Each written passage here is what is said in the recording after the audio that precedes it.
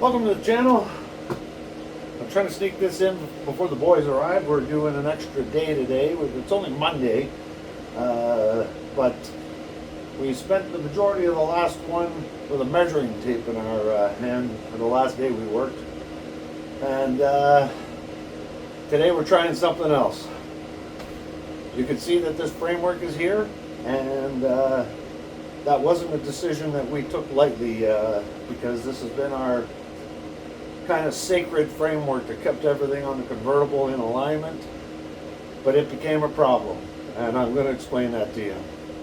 And Mom, if you're watching, these are my favorite pants. If you live closer, I'd get you to sew them up for me. I'll fill you in.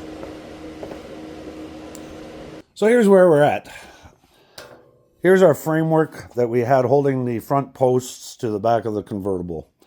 After all those measurements we took, we realized that the damage to the convertible body was causing us some grief.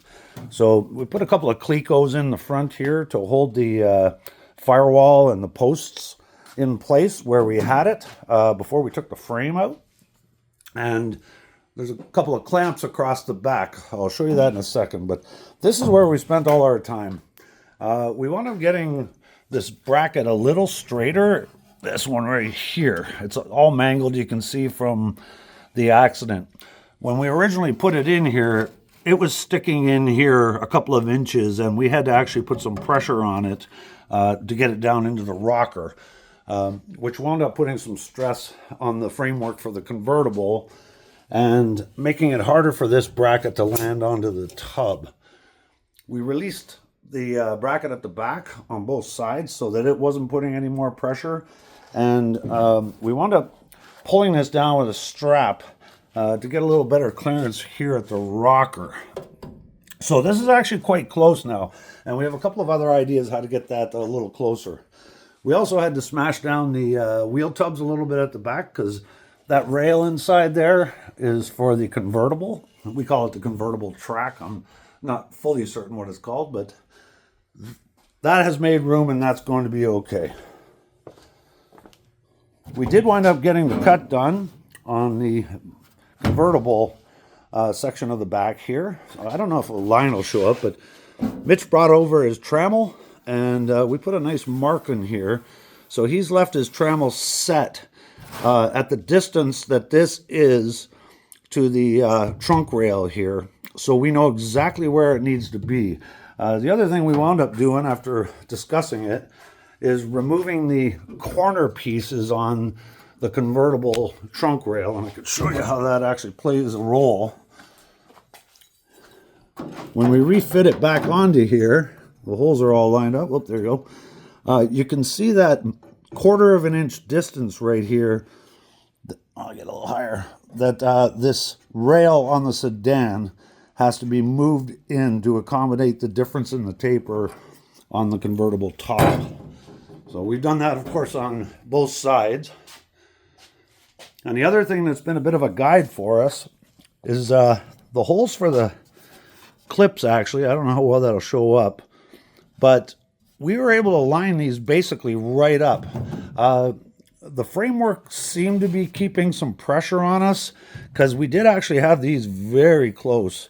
And we think that that's going to help us. Guy, this one's over. Yeah, I just tripped on that. This, yeah, you can't see it, but it is actually almost in perfect alignment right here, this rotten piece, as well as these. So today the plan is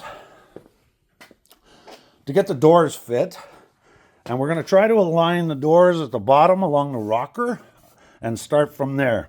Then we can work on our hinge alignment coming to the back posts.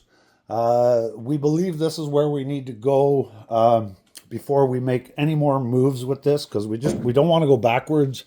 But our framework was most definitely under a little bit of tension trying to keep this within the sedan body. So that's our plan right now.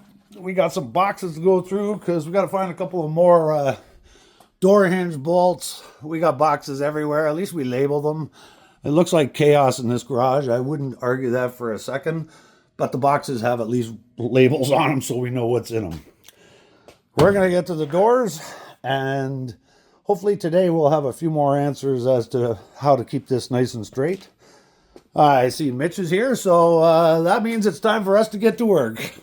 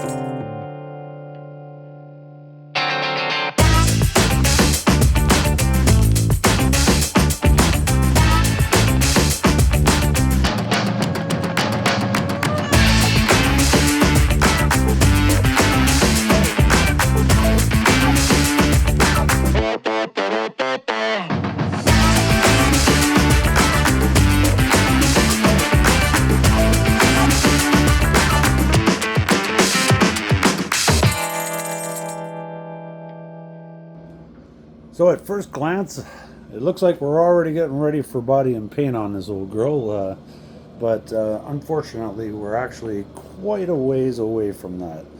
Although we made a lot more progress in fitment yesterday. You can see all the way down the side that body lines aren't money on yet, but it's starting to show a little more promise. It took an awful lot of adjustments.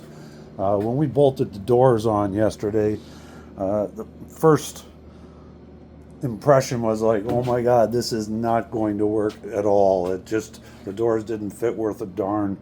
So we kept messing with the adjustments, and slowly it actually started to come around. We found that the original adjustment on the doors for the convertible itself were definitely out, fit on this body. I had mentioned earlier about the holes, these holes that are for the clips for the stainless molding trim that goes down the side. Mitch is going to bring that tomorrow back from his place because that's where he's been polishing all of it. And we're going to put the long pieces that go from the door post all the way down the quarter panel, as well as these corner pieces, so that we can get a very accurate measurement as to where the end of this post is.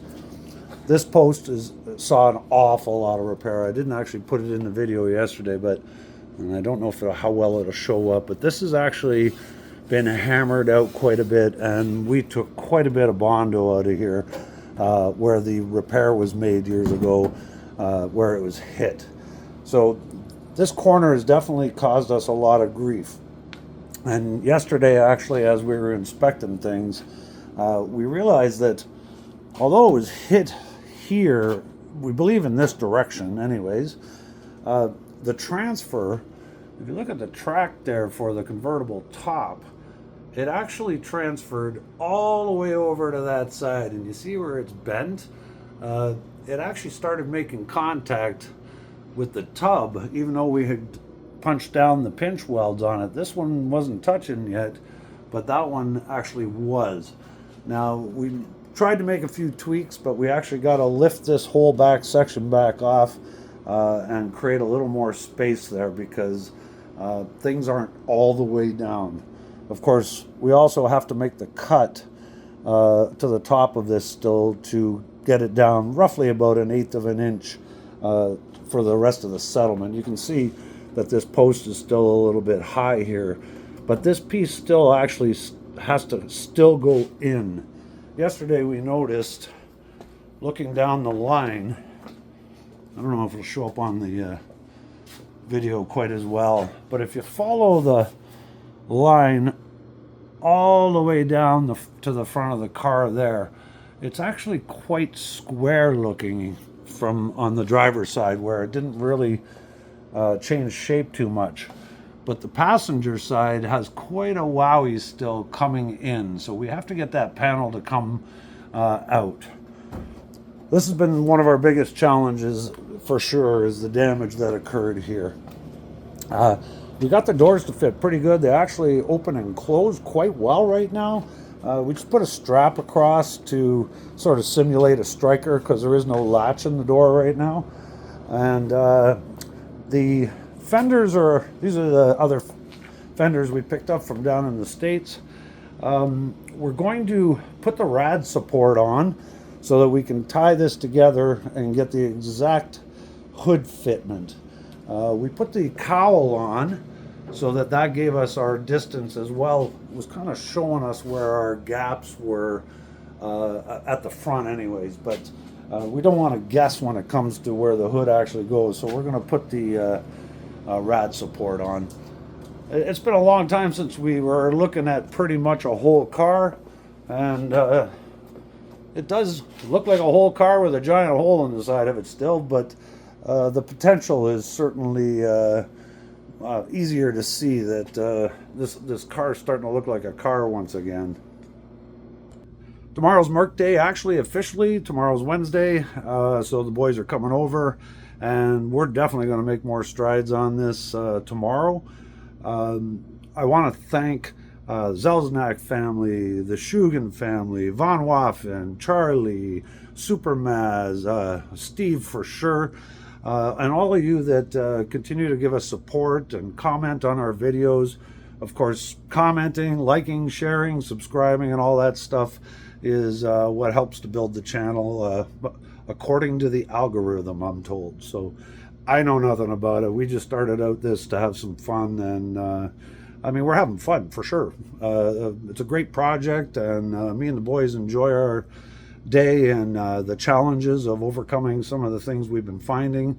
And yeah, I just want to thank you all for all the support and that, and we'll keep the videos coming, and if you don't mind watching them. Have a great day.